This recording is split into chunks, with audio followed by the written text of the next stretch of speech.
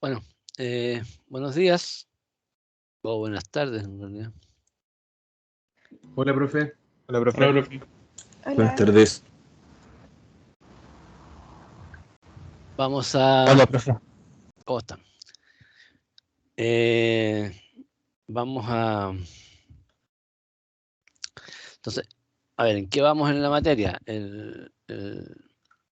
Las últimas clases vimos cuánta energía solar tenemos disponible en la superficie de la Tierra. También vimos algunos,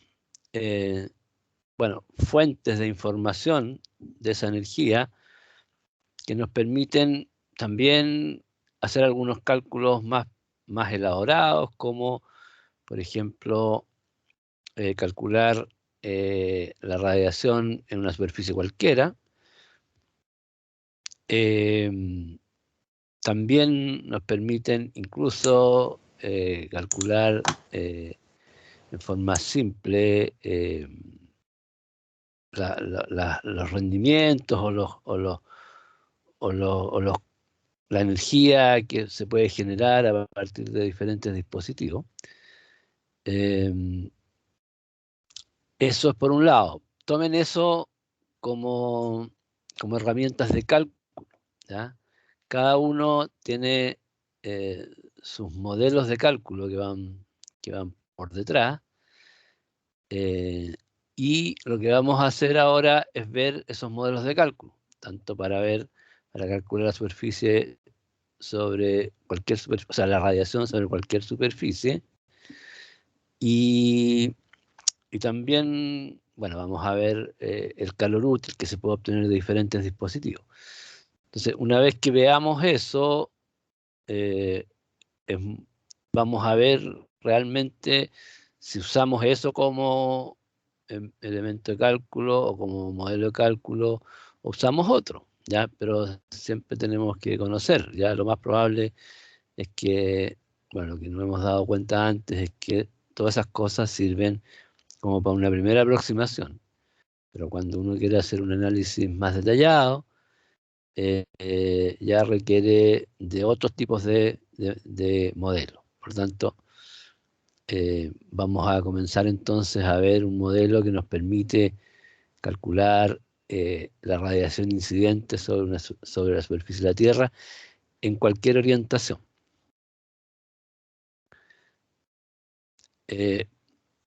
Independiente que, insisto, que nos quedemos con alguno de los modelos que ya vimos, el de la Universidad de Chile, o el de Chile, o el mundial, igual tenemos que saber de dónde viene esto y cómo se calcula.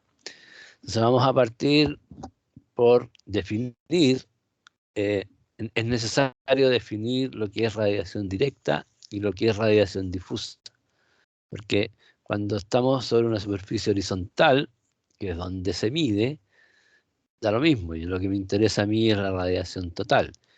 Pero cuando yo quiero, por ejemplo, inclinar esa superficie, la variación de la radiación difusa y la radiación directa son diferentes. Por lo tanto, tenemos que separar las dos y después calcularlas por separado en una superficie inclinada. Y además, cuando inclinamos la superficie, agregamos también un porcentaje de radiación reflejada. Entonces, vamos definiendo primero, aquí llamamos radiación directa, y la radiación directa, uno podría decir de nuevo en forma simple que es la que proviene directamente del Sol, pero lo que realmente se usa, y ahí es una muy buena foto para explicarlo, quizás el Sol sería lo que está blanco, pero lo que está en amarillo es una aureola que rodea al Sol, que tiene una intensidad mayor que el resto del cielo. Por lo tanto, cuando hablemos de radiación directa, vamos a considerar toda esa aureola que rodea el Sol.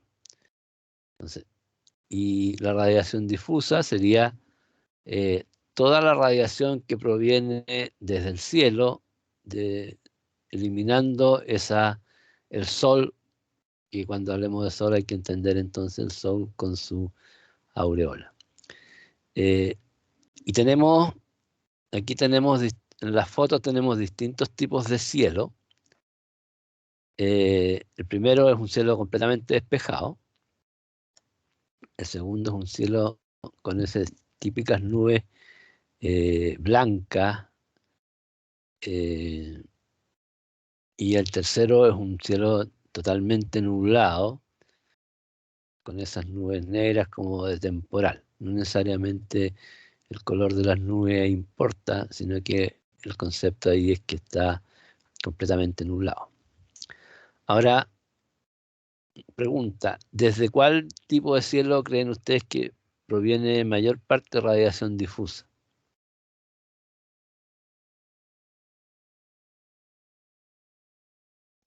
Parcial, ¿Por qué? porque son nubes blancas y pueden tener como reflejar más. Exacto, exacto.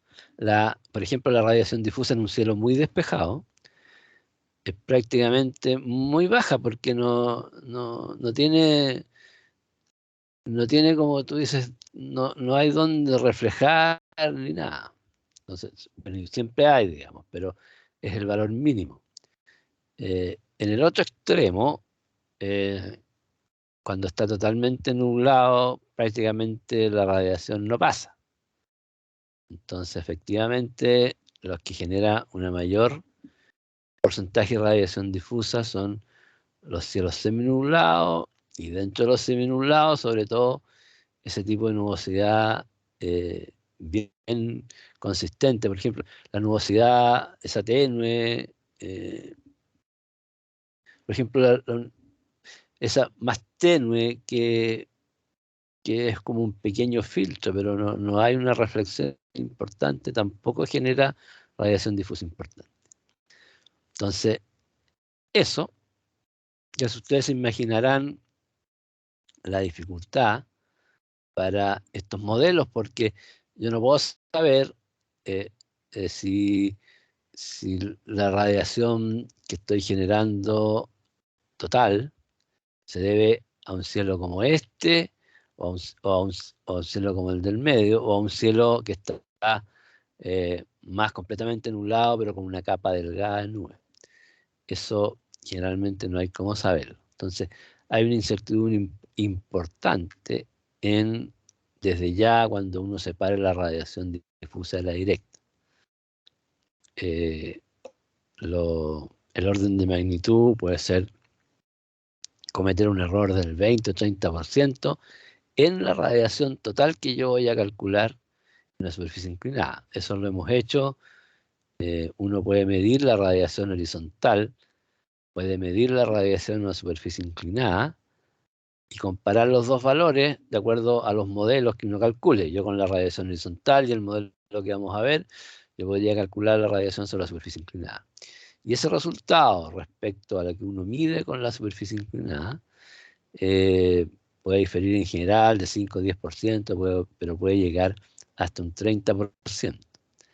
Ahora, lamentablemente, tenemos que hacer eso porque no podemos, o sea, uno podría decir, bueno, mido en una superficie inclinada en vez de medir en una superficie horizontal.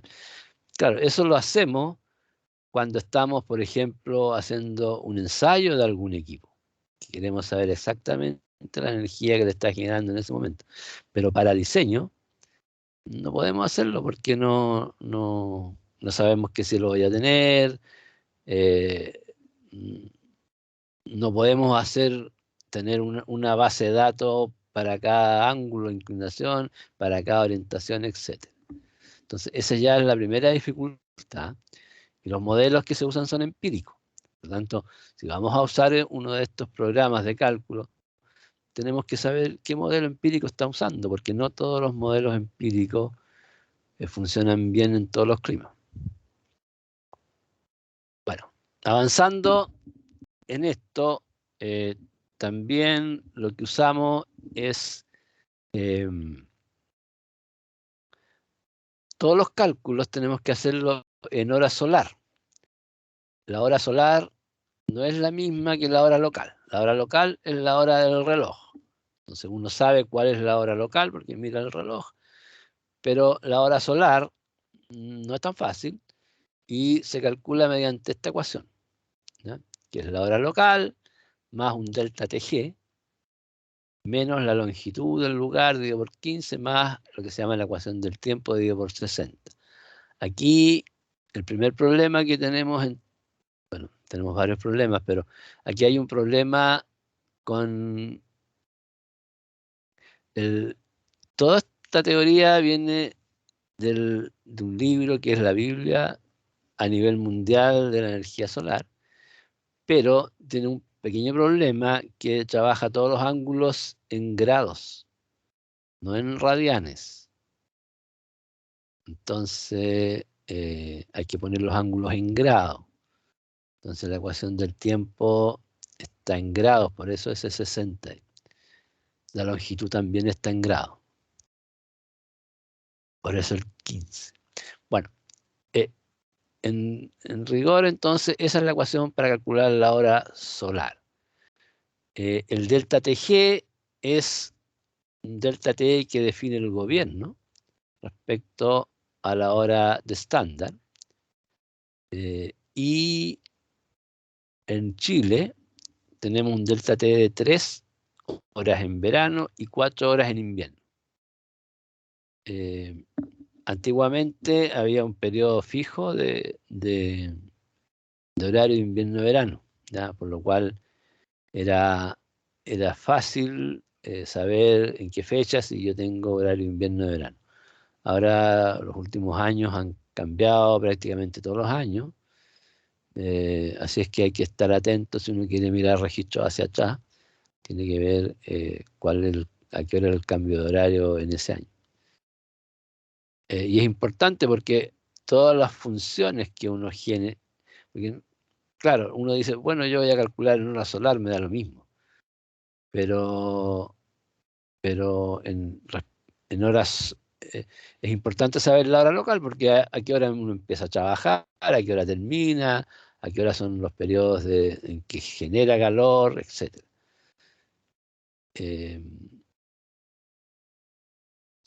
La hora solar, si ustedes, por ejemplo, para que entiendan, es mediodía solar, o sea, las 12, cuando el sol aquí en Chile apunta directamente está directamente hacia el norte. Entonces, esa es una forma de medir la hora solar.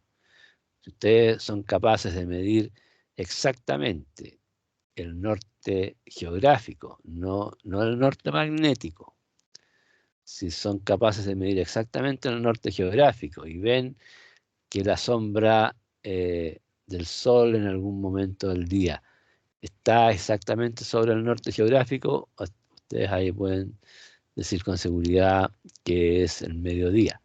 Y de ahí sale esta ecuación del tiempo, que es una corrección que se hace, porque no siempre es exacto. Estos otros términos generan exactamente el mediodía a la hora que uno esperaba, sino que es esta pequeña corrección que se basa en esta ecuación que aparece acá. N es el día correlativo del año. El día correlativo del año parte el 1 de enero como día 1 y el 31 de diciembre como día 365. No me pregunten qué pasa en los años bisiestos cuando hay 366 días, porque la verdad es que nunca me he puesto a pensar en eso. ¿Ah? ¿Cómo cambiaría esto? Generalmente es una problemática, uno está abocado a otras cosas y como que deja pasar eso, pero en general lo que trabajamos es un año de 865 días. Entonces con estas ecuaciones podemos calcular la diferencia entre la hora local y la hora solar. Por lo tanto, si yo entro a trabajar a las 8 de la mañana, bueno, podría calcular entonces cuál es la hora solar en que entro a trabajar. Profe, ¿Sí? ¿qué significa delta T? ¿Delta TG? ¿El TTG, perdón? Sí, el TTG. Ese es un delta que pone el gobierno respecto al, creo que al meridiano, a la hora estándar. ¿Ya? Es un... Si usted, mira, por ejemplo, más adelante lo vamos a ver, que cada país fija su hora. Hay países que tienen dos usos horarios distintos y no todos están en el uso horario estándar. Entonces, simplemente que Chile define ese 3 en verano y 4 en invierno. Antes era, qué sé yo, creo que cambiaba en marzo, el segundo sábado de marzo y el segundo sábado de Son, septiembre. son, Y después eso ha ido cambiando. Ahora Punta Arenas tiene otro horario. Entonces un poco... ¿Son la zona eh, horaria? Más o sí, menos. pero casi, pero más o menos. Pero Ya, más pero más o adelante lo menos. vamos a ver. Perfecto, Sí, pues. porque la zona horaria sería una sola. Entonces hay dos. Y no siempre coincide con el mapa A continuación vamos a ver un grafiquito donde aparecen las horas horarias, las zonas horarias. Entonces, como necesitamos la longitud, también vamos a necesitar la latitud. Aquí hay un mapa que nos da la longitud y la latitud. La gracia de este mapa no es fácil encontrarlo. Es algo tan simple, pero que tiene casi todas las ciudades que uno se puede imaginar. Realmente en los mapas, para tener todas esas ciudades hay que hacer un zoom muy grande. Y ahí podemos tener la latitud y la longitud, digamos, de cada una de las ciudades rápidamente. Esa es la gracia de ese mapa que nos permite entonces ir a calcular cada ciudad en forma rápida. No tan precisa, pero rápida. Tampoco necesitamos mucha más precisión. Por ejemplo, Puerto Montt, claro, está un poquito más de 41. No sé cuánto más, pero si yo pongo 41 es suficiente para lo que necesitan estos cálculos.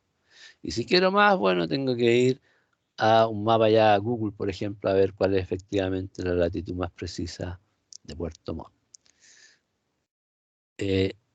Aquí están los usos horarios, creo.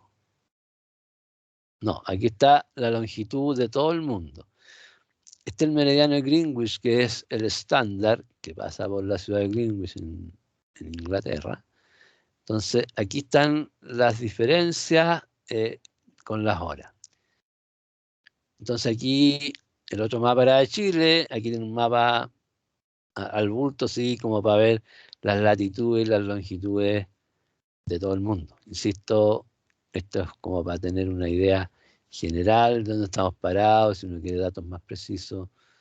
Hay otras fuentes, digamos, que nos entregan datos más precisos. El N, el día relativo del año, tenemos dos opciones, empezar a contar con los dedos o usar esta tablita. Por ejemplo, ¿cuál es el día relativo del año de hoy? Bueno, el 2 de septiembre, aquí lo vemos directo 2:45. Y no tenemos que estar sumando enero tiene 31, febrero 28, etc. Esa es la única gracia de la tabla. Esta es la representación gráfica de la ecuación del tiempo. Para que vean que las diferencias, 0 sería lo estándar, y las diferencias varían entre menos 15 a 15 grados, más o menos.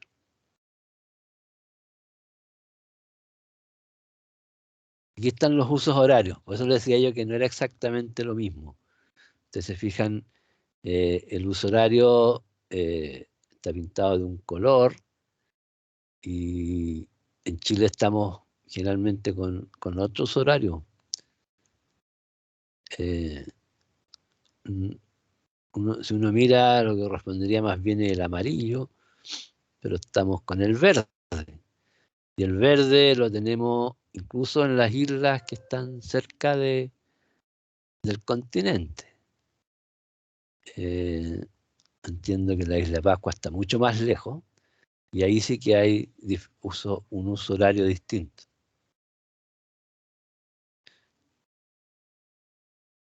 Entonces aquí está Greenwich de nuevo y aquí están los diferentes usos horarios.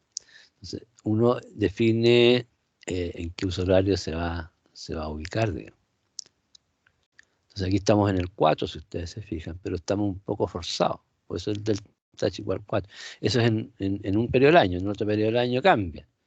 Pero estamos un poco forzados, estamos un poco desfasados de lo que en realidad nos correspondería más bien 5. Bueno, y Argentina y Brasil, pues, un poco quizás va a adecuarse al horario en Brasil y no están tan lejos del horario en Argentina, pero al final da lo mismo las intenciones o lo que sea, eso es lo que es, ¿ya? Hay un pequeño Excel que les puedo compartir, digamos, que nos permite calcular a partir del día, el delta T si está en invierno y verano, la longitud, la hora local, nos permite calcular la ecuación del tiempo y cuál sería la hora solar. Se los voy a compartir para que lo tengan también, para que verifiquen.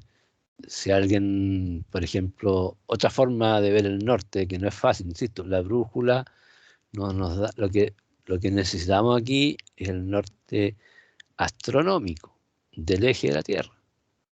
El norte magnético no da lo mismo, está un poco desviado también. Uno puede encontrar cuál es la corrección del norte magnético respecto al norte astronómico. También hay unos celulares que hacen la conversión, pero la brújula que tienen los celulares es muy mala. No sé si ustedes se habrán dado cuenta, a veces marca cualquier cosa.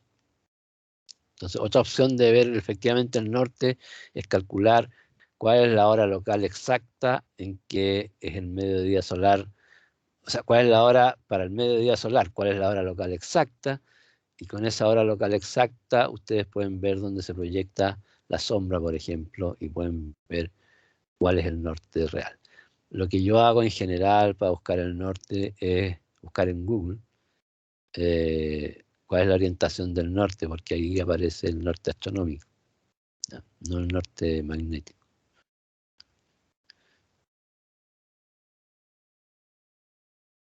¿Alguna duda con eso? Entonces, este primer set de ecuaciones y gráficos, y etcétera, nos sirve para calcular la diferencia entre la hora local y la hora solar. Siempre vamos a trabajar en hora solar. Todas las ecuaciones son para hora solar. Y a veces se nos complica porque yo puedo decir, yo entro a trabajar qué sé yo, a las 7 horas solar, pero resulta que por la variación de la ecuación del tiempo eso va a ir cambiando. Entonces también a veces no es tan fácil hacer el seguimiento exacto, pero sí preferimos hacer el seguimiento y trabajar en hora solar. Se definen, ahora, una vez que definimos eso, tenemos que definir cuál es la posición del Sol. Ahí hay un pequeño esquema de el círculo o lo rojo, digamos, es el plano horizontal. Esta línea verde es la trayectoria del Sol, la trayectoria aparente para un observador ubicado en la Tierra, evidentemente. Entonces, por ejemplo, el 21 de septiembre, el Sol va a salir exactamente por el este.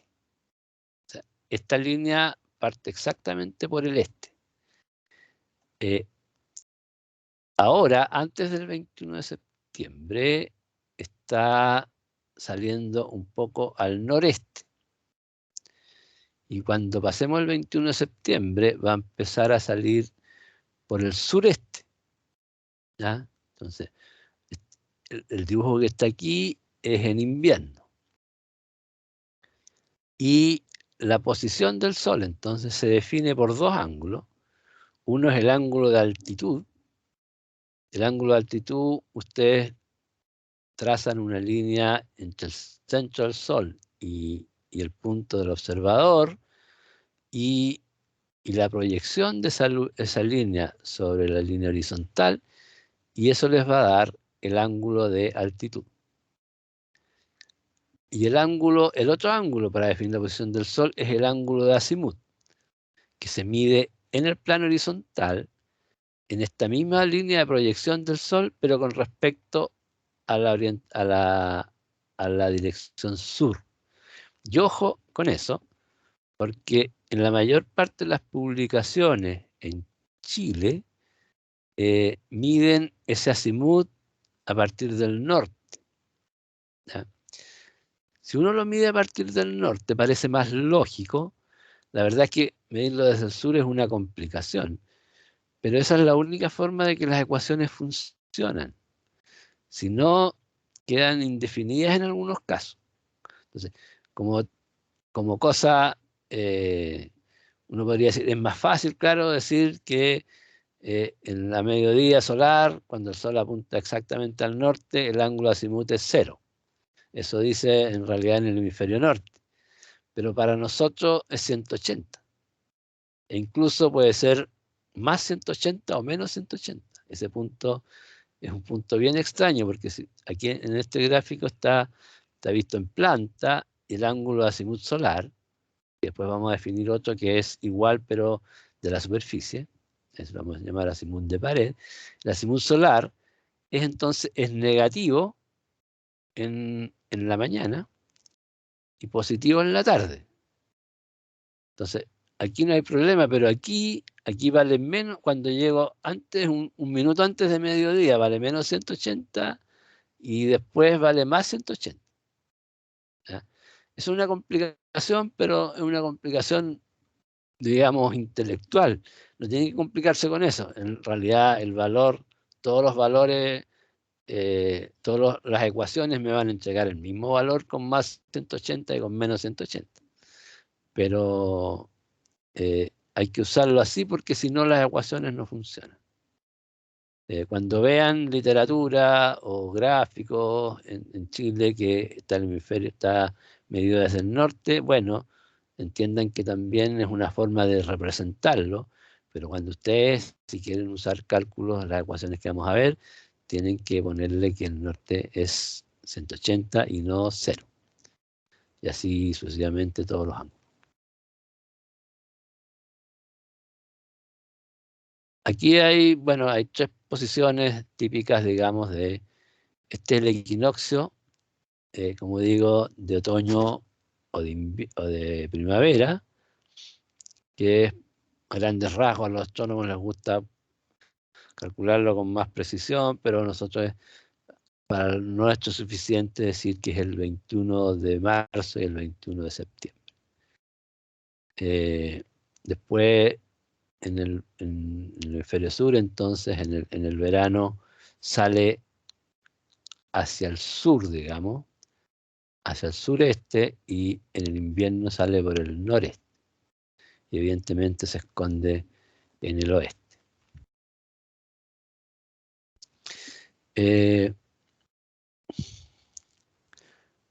Por ejemplo, ¿cuánto dura el día en el invierno con respecto al verano? Eso lo vamos a ver más adelante, pero si uno lo mira acá, la trayectoria del Sol en invierno es más corta. Por lo tanto, en realidad, el día dura menos. Y cuando tenemos la trayectoria acá en verano, la trayectoria es más larga y el día dura más. Y aquí, entonces, si aquí dura más que algo y aquí dura menos que algo, ¿cuánto durará el día del 21 de septiembre? 12 horas. 12 horas, ¿no es cierto? Y el día se define como desde que sale el sol hasta que se esconde el sol en el horizonte. Evidentemente, si tenemos cerro, no va a ser la misma percepción que tenemos, pero en el fondo se define cuando la altitud del sol es 0. Y por ejemplo, en verano, la duración del día en Arica con respecto a la de Concepción, ¿cuál será mayor? Arica. Arica, ¿no es cierto? Y en invierno, También, ¿o no? no, pues al revés.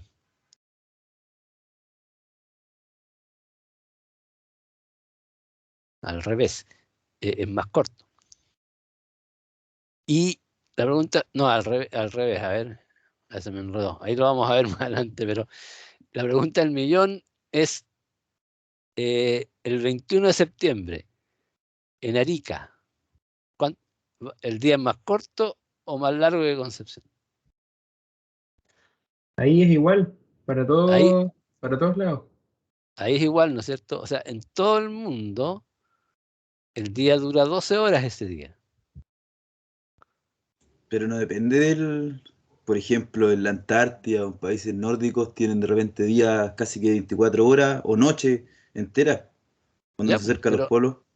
pero ese día, a ver, estamos hablando fuera del círculo polar ártico. No, claro, Nosotros fuimos a la Antártida, yo no sé si le he contado, y siempre lo cuento, nosotros fuimos a la Antártida a hacer un trabajo aquí con la universidad. Y fuimos por ahí por el 20 y tanto de septiembre, hace 6, 7 años. Y nadie me creía que el día que el sol en la Antártida iba a salir a la misma hora que salía en Concepción. Y apostamos una comida y la gané. El problema es que todavía no me pagan la comida, sí, pero bueno. Pero por lo menos quedó claro que gané la apuesta. ¿Ah? Y es eso, es exactamente 12 horas. Si yo llego, por ejemplo, antes de llegar al círculo polar, por ejemplo, hay un día, a mí me tocó, por ejemplo, estar en Noruega, en Oslo, que no está dentro del círculo polar, pero casi. Y, por ejemplo, me tocó por suerte estar en verano y no se oscurecía nunca, no se oscurecía. En la noche el sol empezaba a bajar, digamos, llegaba a esconderse porque no estaba en el círculo polar, pero se escondía tan poco que todavía no se oscurecía. Ustedes saben que como media hora después, por lo menos aquí, como media hora después que se esconde el sol, todavía hay una cierta luminosidad por reflejo. Entonces, no se esconde, ¿ya? Y bueno, es difícil verlo aquí. Cuando vamos a ver unas cartas solares y ahí lo vamos a ver con mayor precisión, ¿ya? Pero es bueno que por lo menos algunos se hayan dado cuenta con este monito, de que efectivamente era así. O no sé si se dieron cuenta por el monito o lo sabían de antes, o también la percepción que le da, digamos, haberse movido entre esos lugares. El ángulo de declinación. Este es un ángulo que es el ángulo del eje. Todos estos ángulos que vamos a ver, el ángulo de declinación, la verdad es que bien fome, no sirve para nada, solamente para hacer los cálculos. Es el ángulo del eje de rotación respecto al plano de la órbita, en el fondo. Y va entre menos 23,5, 23,45 a más 23,45. Aquí está medio malo el gráfico, pero debería ya ir subiendo aquí a estas alturas, ¿eh? Entonces, y esa es la ecuación. Entonces vamos a ver que el ángulo de inclinación lo vamos a usar para calcular la posición del Sol. Ahí vimos la definición de los ángulos, pero ahora vamos a ver las ecuaciones que nos permiten calcular esos ángulos. También definimos el ángulo horario en este concepto de los ángulos en grado. Se define, bueno, el ángulo horario se define como la hora solar menos 12. Esa es la hora. Y como está en grado, se multiplica por 15. ¿Ya? Para que queden las 12 horas, eso debería dar 180.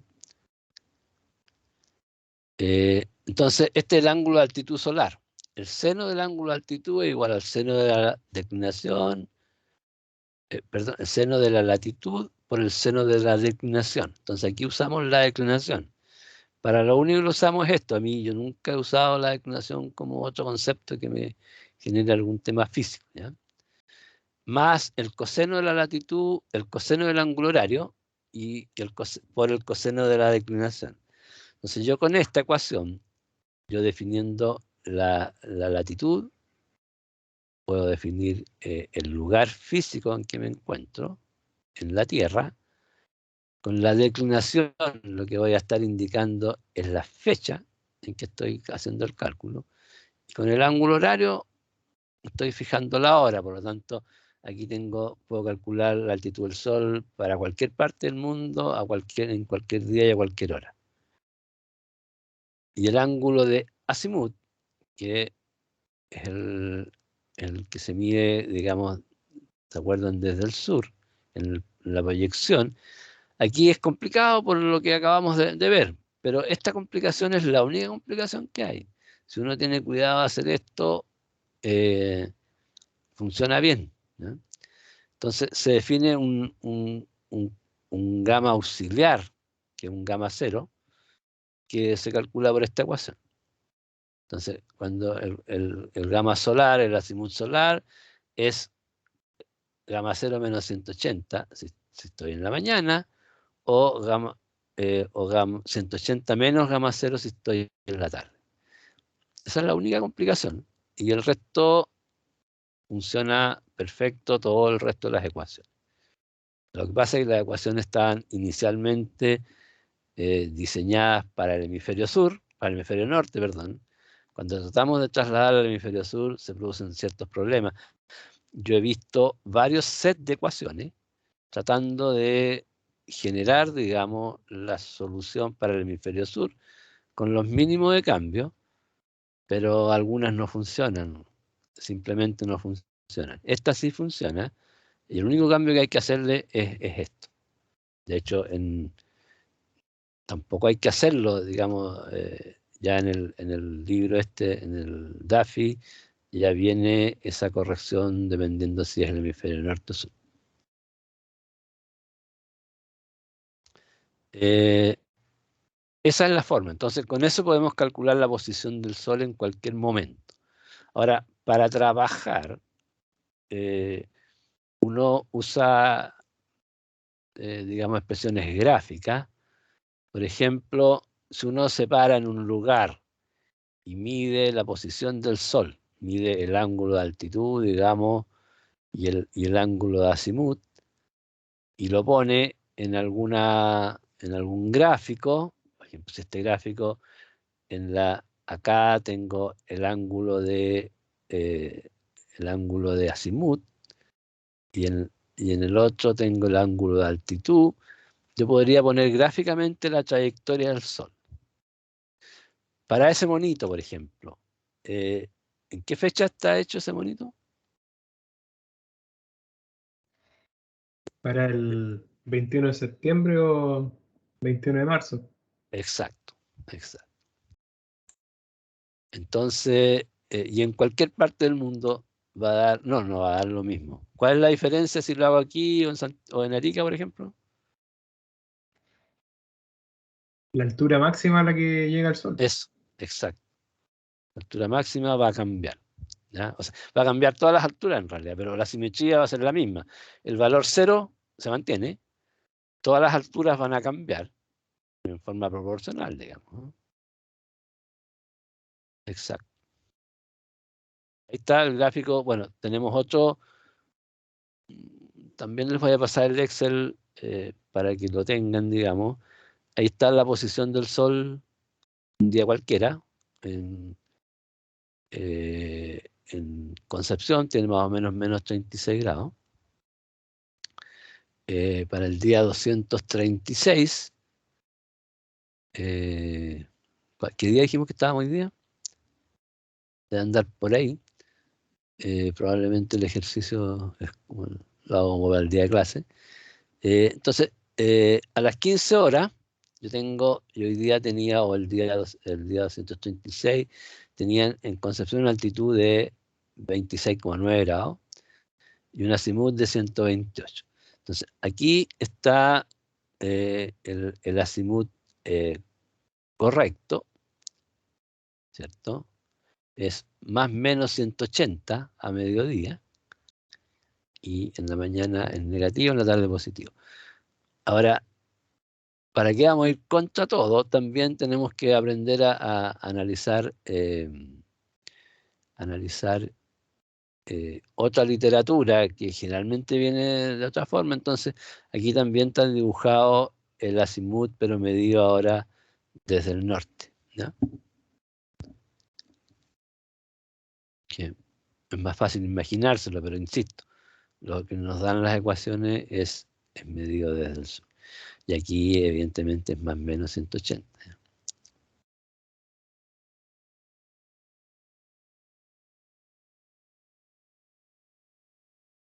Claro, si yo tengo 179, voy a tener el punto aquí. En realidad es complicado ver ese punto, ¿ah? Y después hay una discontinuidad ahí en los 180. Bueno, entonces, eso tenemos la trayectoria del Sol. Entonces, si uno, por ejemplo, hace eso un cierto día, después espera al otro mes, hace la misma carta, tendría una cosa como esta, que nos define la trayectoria del Sol. Sale del este, hacia el oeste, aquí tendríamos el 21 de septiembre, aquí vamos subiendo, por lo tanto vamos avanzando hacia el verano, sería octubre, noviembre, y aquí vamos retrocediendo hacia el invierno. Entonces, las cartas de este tipo, uno puede encontrar cartas para distintas latitudes. La única parámetro aquí es la latitud. Y entonces yo puedo tener la posición del Sol en forma gráfica e instantánea, ver la visión completa de la posición del Sol durante todo el año. Lamentablemente, casi todos los gráficos que hay son para el hemisferio norte y dicen, por ejemplo, este gráfico, creo que lo saqué del DAFI, dice más o menos 45. O sea, supuestamente sirve para 45 grados norte, 45 grados sur. 45 grados sur estamos cerca de Puerto Montt, por ahí. Pero en realidad no sirve porque hay que hacer además, o sea, sí sirve, pero hay que hacer un cambio de meses, ¿ya? Entonces, en el gráfico, evidentemente, cuando dice agosto, o cuando dice septiembre, lo que tengo que entender es marzo. Al final, justo ese mes da un poco lo mismo. Pero el resto de los meses, por ejemplo, cuando dice junio, yo tengo que entender diciembre. Aquí es la máxima altitud en el hemisferio sur. Y aquí aparecen las horas solares y cada uno de los meses. Entonces es bastante útil este gráfico para poder saber así de una mirada cuál es la posición del Sol a una cierta hora y en un cierto periodo del año. Tengo entonces el azimut y la altitud. Un gráfico extraño. Esto es en el Ecuador, para latitud igual a 0. En Chile no hay latitud igual a 0. Lo más... Bueno, Antofagasta tiene como 23, que está dentro del trópico. El trópico es más o menos 23. Y esto es 0. ¿Qué significa, qué pasa con esto?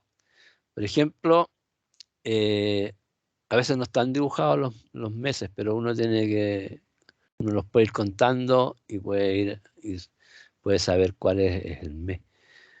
Pero, ¿qué pasa aquí, por ejemplo? Aquí no estamos en el 21 de diciembre en el hemisferio sur. Bueno, aquí da lo mismo. El hemisferio sur y el hemisferio norte. En el Ecuador es es igual, es la única parte que es igual. Pero aquí no estamos en el verano o en el invierno, digamos. O sea, el Sol, o sea, no es la altura máxima del Sol, no es el 21 de marzo o el 21 perdón, el 21 de diciembre o el 21 de junio.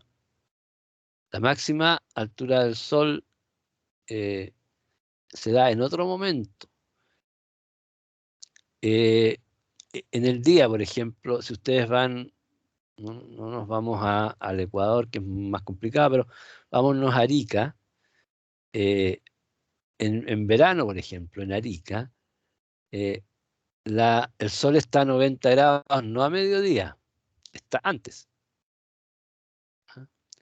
Y a mediodía, o sea, después que pasa esos 90 grados, no baja, sino que como que pasa por la espalda. Si ustedes miran hacia el norte, ustedes van a ver que el Sol va a empezar a subir, pero después de mediodía, que tienen la sombra directamente perpendicular, el Sol va a empezar a bajar, pero por el sur, hacia el sur, digamos. ¿Ya? Es bien especial esa situación. Es lo más complicado de entender, digamos. ¿Ah? El resto son relativamente simples. Por ejemplo, este es el gráfico para Concepción, más o menos, porque no está el de 36, pero aquí le hice los cambios de meses para tenerlos presentes, digamos. Entonces lo que podemos ver aquí es que la altitud máxima en Concepción es del orden de 78 grados y se da en diciembre y se da, si es muy plano, un par de horas, o quizás no tanto, pero media hora. Recuerden que estos son los usos horarios. Este sería las 11 de la mañana, este sería las 2, la 1. Entonces es bastante plano en un cierto rango y después empieza a bajar. ¿Profe? ¿Sí? Entonces, esa imagen que mostró antes de la persona uno básicamente debería imaginarse como que las líneas que hacen la U, por decirlo así, es el sol en ese día específico, o en ese mes Claro. específico. O Ah, sea, ya, ya, ya. las líneas De cierta esas manera. es la trayectoria del Sol. Claro, claro, sí. Ya. Entonces, si tú pudieras, si hicieras una foto, pero, o sea, es la trayectoria aparente, porque en realidad lo que está graficado ahí es el azimut y la altitud, digamos. ¿Ah? Pero es una forma simple de representar las cosas. Este gráfico se usa mucho y después le vamos a ver otra utilidad más todavía. Entonces, eso es en Concepción. Entonces aquí yo puedo saber, por ejemplo, que en pleno invierno la altitud máxima es del orden de 30 grados. ¿Ya? Y aquí puedo saber también entonces cuánto el ángulo, la altitud es 0. Entonces aquí puedo ver también, por ejemplo, a qué hora amanece. Dijimos que está a 12, 11, 10, 9, 8, 7. Amanece aquí en invierno cerca de las 7 horas solar, que eso equivale más o menos, hay que calcularlo, pero equivale más o menos a las 8. Y ahí uno puede ver, digamos, todo lo que necesite saber. Aquí está el de más al sur, 45. Este es más fácil de entender. El círculo polar son 68 grados. O sea, este está dentro del círculo polar. Aquí no está todo el gráfico, pero porque si uno por ejemplo, este sería en pleno verano. Si el hemisferio norte sería, si el hemisferio sur sería el 21 de diciembre. Entonces, el Sol en ese día como que tiende su máxima altitud y después empieza a bajar, pero si lo extrapolamos aquí a más o menos 180, nunca, aquí no se llega a cero, o llega justo a cero y después empieza a subir de nuevo. O sea, a medianoche, si estoy dentro del círculo polar, todavía la altitud es mayor que cero, por lo tanto el Sol no se esconde nunca. Por otro lado, si estoy en invierno, el Sol, eso es lo que decía alguien por ahí, el Sol no sale en todo el día, digamos, en las 24 horas, no es que no salga nunca, pero pueden haber varias semanas, dependiendo de cuán lejos estoy del polo, o cuánto lejos estoy de los 68 grados, puede que haya una semana en que el Sol no sale, simplemente, ¿ya? O un mes, 2 meses. Si uno empieza a contar aquí, hay 1, 2, 3, 4, 5, 6, 7, 8, 9. Nos faltan varios meses que están por debajo.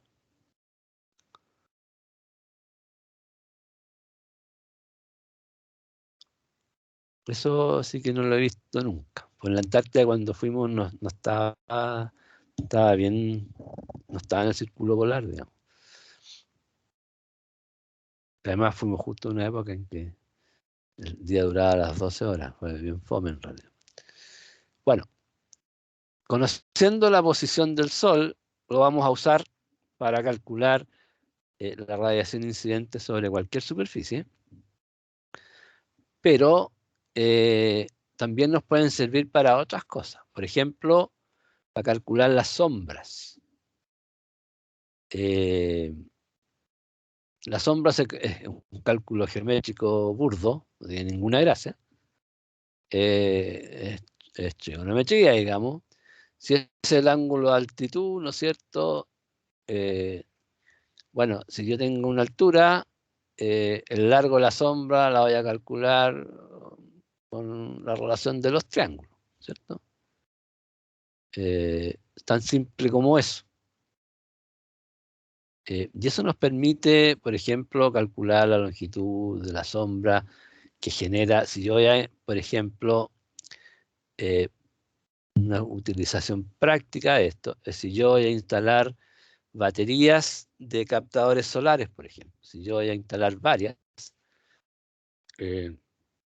tengo que instalar separado de tal forma de que una batería, siempre van a ir normalmente, mientras se puede, van a ir orientadas al norte. Por lo tanto, si yo instalo 2 corridas de captadores, tengo que separarlo lo suficiente para que una batería no le dé la sombra, ¿no? En teoría siempre le va a dar sombra, pero que no le dé sombra a partir de cierta hora en que la radiación solar es relativamente importante. Y si, por ejemplo, ahí tenemos el caso de un poste, por ejemplo, la sombra que me da un poste, pero si tengo un muro, es simplemente es sumar los postes para el lado, digamos. Entonces, es relativamente simple, son simplemente relaciones geométricas, calcular las sombras. Ahora, la gracia que tiene esto es que uno puede llevar el cálculo de sombras a este gráfico. Por ejemplo, y no queda, por ejemplo, esta es una sombra, supongamos que hay un edificio al frente.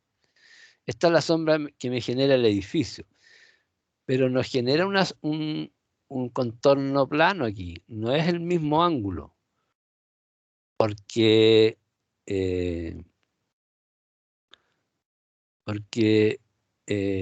respecto al norte esto va a ir cambiando, esto se me va a ir corriendo hacia allá, por lo tanto la hipotenusa del ángulo me va a ir cambiando.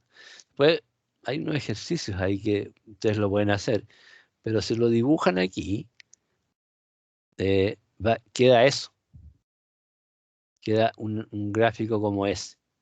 Entonces, ¿para qué nos sirve eso?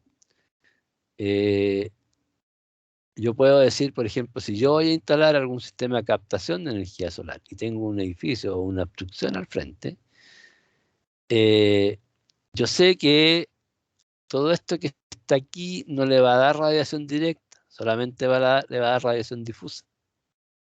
Por lo tanto, aquí a partir de una cierta hora, porque se va a ir moviendo el ángulo de azimut solar, le va a dar sombra en algunos meses, en los meses de, aquí están al revés, ¿no es cierto?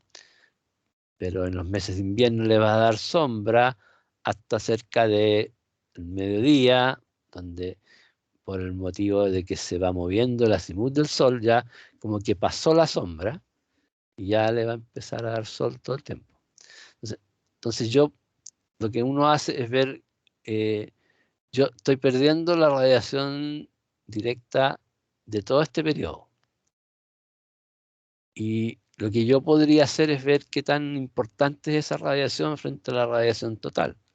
Tampoco, todos los proyectos, hay gente que le gusta que el proyecto sea óptimo 100%, o sea, no óptimo, que esté de lo máximo, que no tenga sombra. Y para eso, no sé, o sea, si yo tengo ese edificio al frente, ¿qué es lo que tendría que hacer para que no me dé sombra? Tendría que instalar los captadores a 20 metros de altura, o no los instalo, o mejor calculo cuánto estoy perdiendo de energía. Entonces, lo que yo recomiendo hacer, que vamos a ver más adelante, todas esas pérdidas de energía, de captación de energía que yo tenga, hay que verlas desde otro punto. Hay varios puntos de vista, pero un punto de vista muy fácil es decir, ¿cuánto pierdo yo? Yo pierdo, supongamos que pierdo 5%, eso incluso pareciera que es menos del 5%. Estoy perdiendo 3%. Entonces, yo tengo 100 paneles. ¿Qué es lo que es mejor? Hacer una estructura para que los 100 paneles queden en la ubicación tal que no le dé sombra, o agregarle 3 paneles más, tal como está ahí. ¿Cierto? Hay que pensar, esa es una forma fácil. Le agrego 3 paneles más, ¿cuánto me va a costar? Me va a costar el 3% de la obra, pero una superestructura me va a costar, a lo mejor me va a multiplicar por 2 o por 3 el precio de la obra. Entonces, cuando uno hace un proyecto tiene que pensar en eso. Lo que yo opino siempre, por ejemplo, es tratar de no usar estructuras. Después vamos a ver también que yo pierdo, por ejemplo, si yo en concepción debería inclinarlo teóricamente como a 36 grados. Entonces, si yo tengo el techo inclinado a 38, 40 grados, de nuevo yo hago el mismo análisis. Lo dejo así, lo dejo con la inclinación del techo. Eso me significa que yo voy a usar soportes mucho más simples, mucho más baratos. No se va a ver, se va a ver más bonito, o no se va a ver más feo. Y le agrego un panel más. Listo. Y al final no se lo agrego, pero asumo la pérdida pensando en que la solución sería mucho más cara. Bueno, para eso nos sirve ver las sombras. Aquí está el ejemplo de una estructura. ¿Por qué va cambiando? Porque por ejemplo, si yo tengo la obstrucción de 2 metros de altura en toda la longitud, cuando el sol, el triángulo ese que vimos de la altitud, si yo lo calculo justo al norte, tengo este lado tiene una cierta longitud, yo lo calculo a 50 grados de este ángulo, tengo la otra longitud que me va a generar el ángulo. ¿Ya? Entonces, este ángulo lo calculo con la proyección en el piso de 3 metros, pero el punto B lo calculo con la proyección de 4.67 metros. Por eso que el ángulo baja. Por eso que si ustedes se miran aquí, a medida que yo me alejo del norte, digamos, el ángulo de altitud va bajando. Por esto, porque la proyección en el piso de la misma obstrucción va a ir aumentando, porque yo voy a ir, el sol va a aparecer más lejos. y el resto no tiene ninguna dificultad, ¿eh? Así es simplemente eso. Entonces aquí tienen, por ejemplo, la línea roja es la obstrucción que tendría un muro, digamos, de 3 metros, es lo que calculamos, ahí calculamos 3 puntos. Calculamos esos 3 puntos, después se hizo estos 4 puntos, y después se hizo el simétrico al otro lado. Y aquí, por ejemplo, es una obstrucción ahora con un ángulo, no directamente este-oeste, sino que con un cierto ángulo, y eso nos genera también la línea verde que está desfasada del centro. Simplemente todo eso se obtiene con relaciones geométricas como esta, no es más que eso.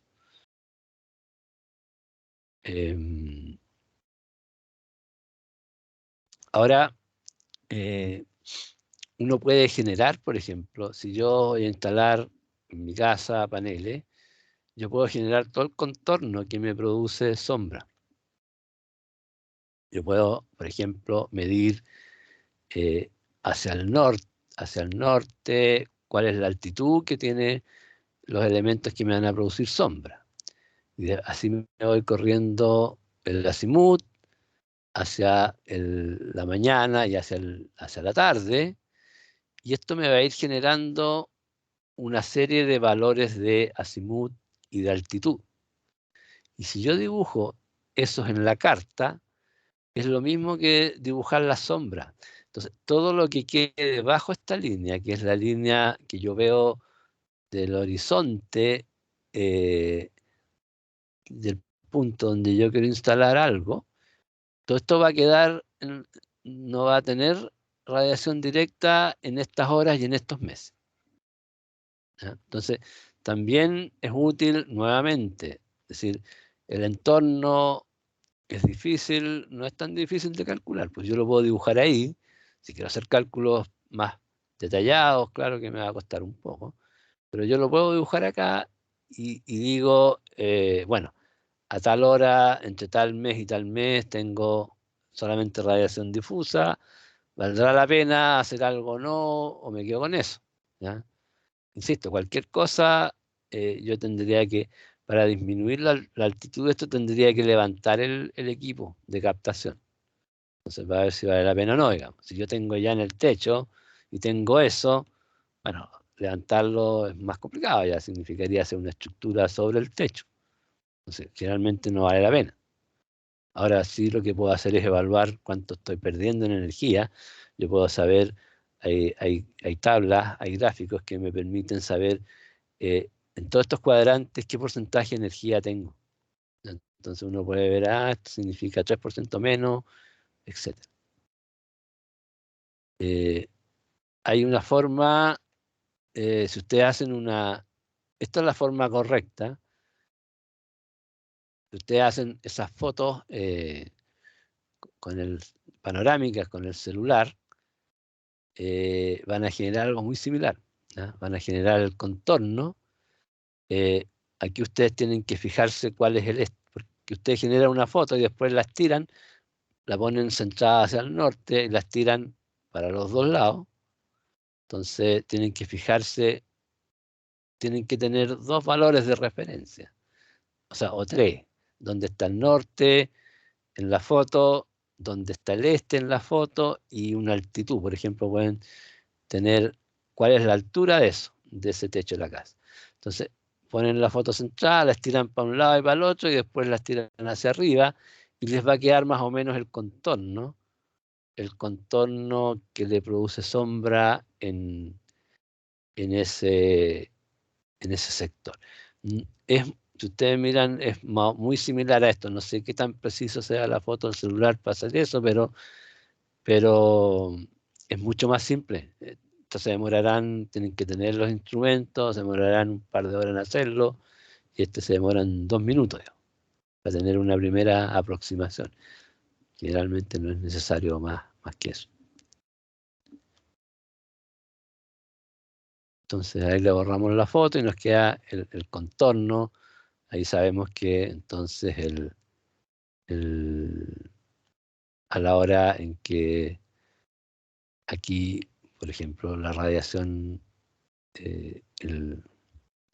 este árbol, bueno, el árbol depende, puede estar sin hojas en verano, pero a partir de esa hora, dependiendo del mes del año, yo voy a tener radiación directa, por ejemplo, a partir de agosto, la radiación directa va a tener a partir de agosto, a partir de cerca de las 9 hasta las 2 y algo. Pero en los meses de verano, en diciembre, por ejemplo, voy a obtener radiación directa desde las 7 solar hasta las 16:30 más o menos. Ahí, bueno, aquí no se continuó, pero en realidad baja después. Eso es lo que uno hace en el sitio. Hay formas de hacerlo. Hay esa página web que uno también lo puede hacer en forma teórica, así como saben los cálculos que vimos. Uno puede dibujar el contorno ahí tiene ahí sí lo malo que tiene que dibujar el contorno, porque evidentemente yo no lo tengo. Yo dibujo el contorno y me permite, moviendo aquí, desplazando los cursores, ver la sombra que genera, por ejemplo, un edificio en cada momento del año, ¿ya? La ventaja de esto es que uno no tiene que dibujar el contorno, le saca una foto y aquí tiene que dibujar todo el contorno, todos los edificios vecinos.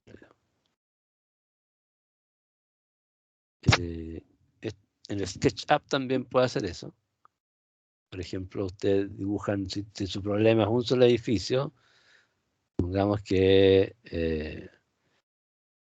bueno, aquí no tiene mucha gracia, porque este es el que está al norte, debe haber sido más alto, pero, por ejemplo, aquí yo puedo ver en este edificio, qué sombra me va a dar en este edificio. Evidentemente nunca le va a dar al techo porque es más bajo, pero en la parte baja me va a dar en qué horarios me va a dar.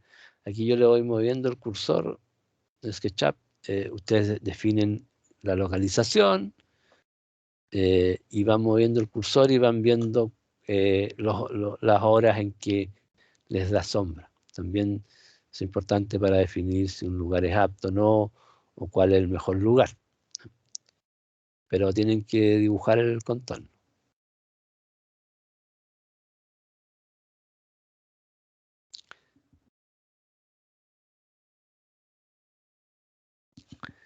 Eso es más o menos,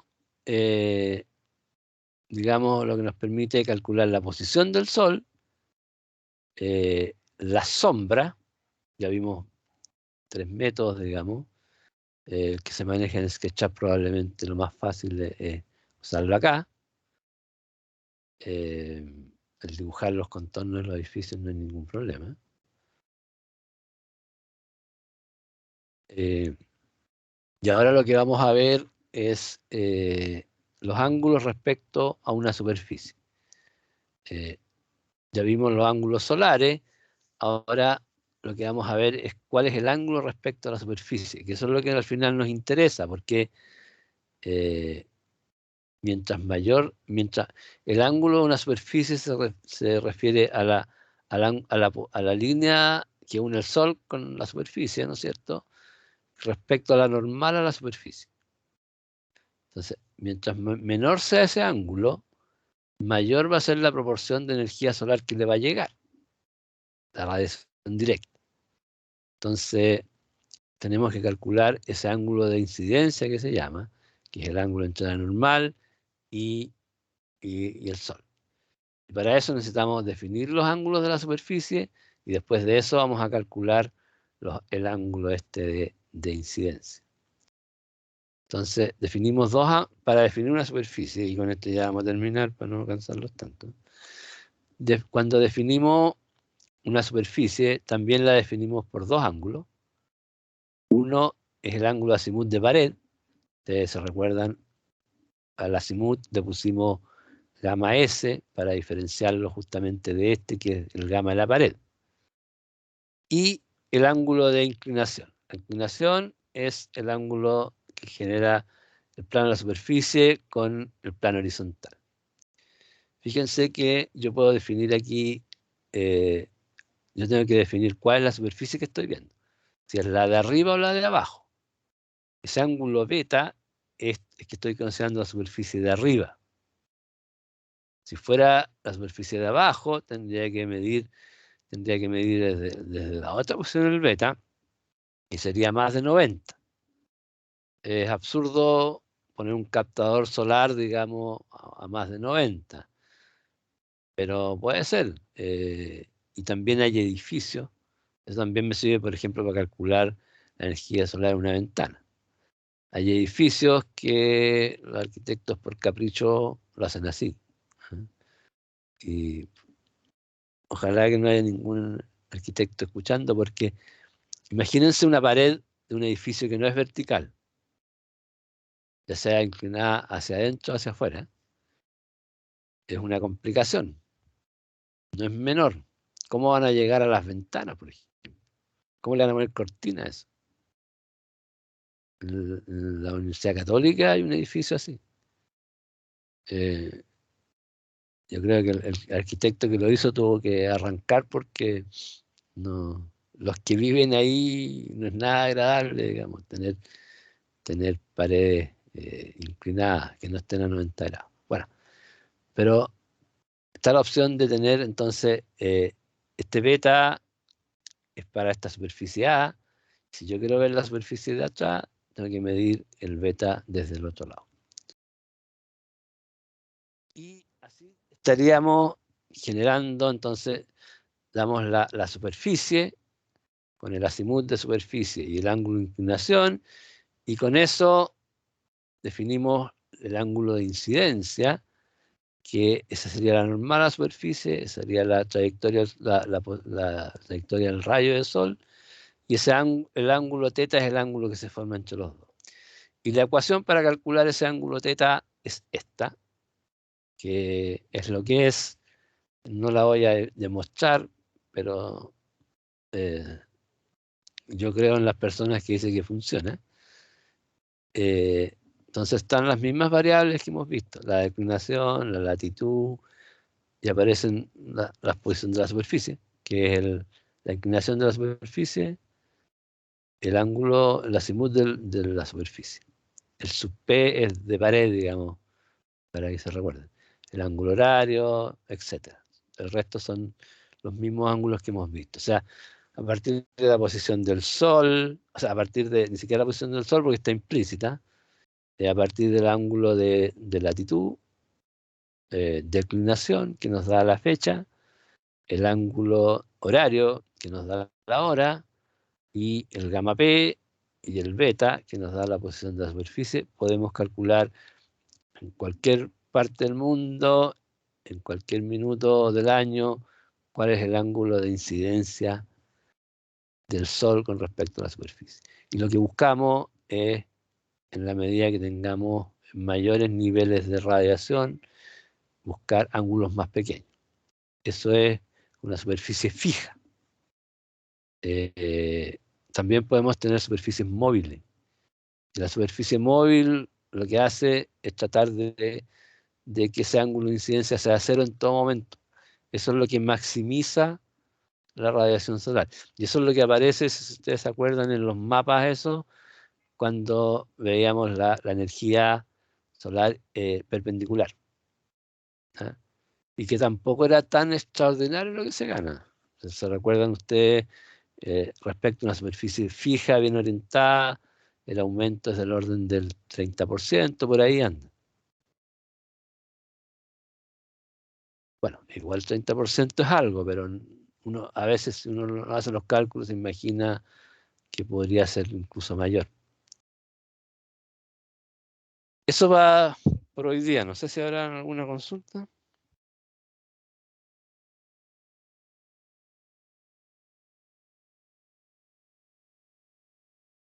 Profe, no entendí bien yo la parte cuando hizo lo de sacar la foto panorámica cómo se hacía el escalamiento en la parte vertical para hacerlo calzar con la carta solar. Bueno, yo tengo que fijar el ángulo cero, digamos. Ujú. Y eso lo pongo en el piso, o sea, en el ángulo cero lo pongo acá. Recuerden que siempre esta es la altitud. Entonces después yo tendría que conocer alguna altitud.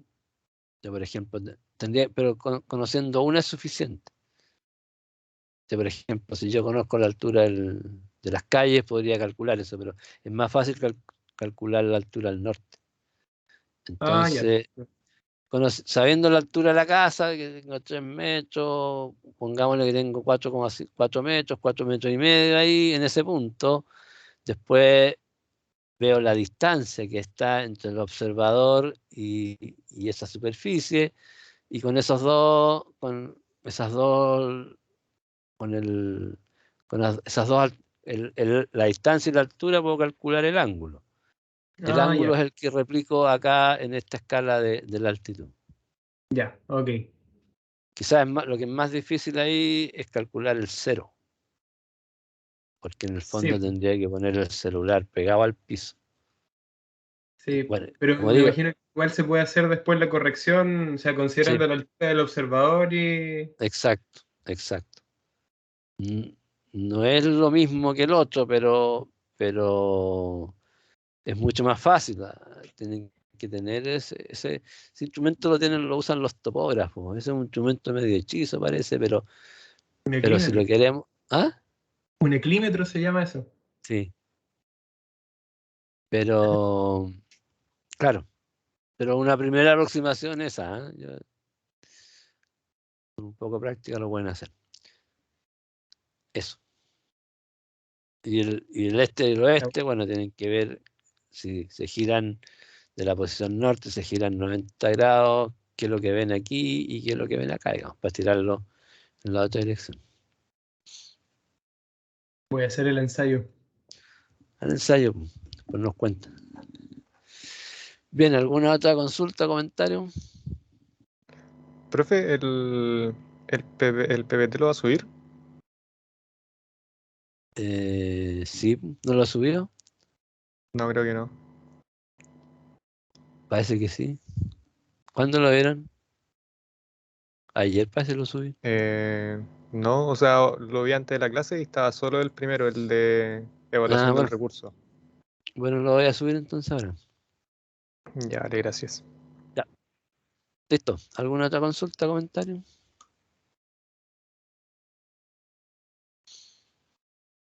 Bien, nos vemos entonces la próxima clase.